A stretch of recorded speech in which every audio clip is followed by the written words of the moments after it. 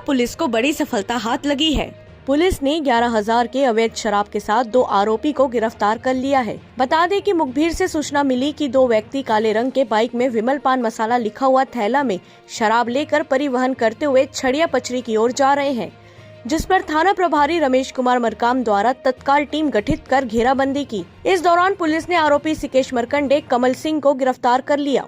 आरोपियों से अवैध रूप से परिवहन कर ले जा रहे विमल पान मसाला के थैला में रखे 100 पौवा देशी शराब को जब्त किया गया। पकड़े गए शराब की कीमत 11,000 रुपए की बताई जा रही है। वहीं घटना के प्रयुक्त वाहन को भी जब्त कर लिया गया है।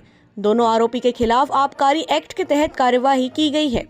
बता दें कि खरोरा थाना प्रभारी रमेश मरकाम की टीम लगातार अपराधियों पर नजर बनाए हुए हैं। एक दिन पूर्व ही खरोरा पुलिस की टीम ने 49,000 रुपए की चोरी की घटना के अपराधी को 48 घंटे में पकड़ने की सफलता अर्जित की थी।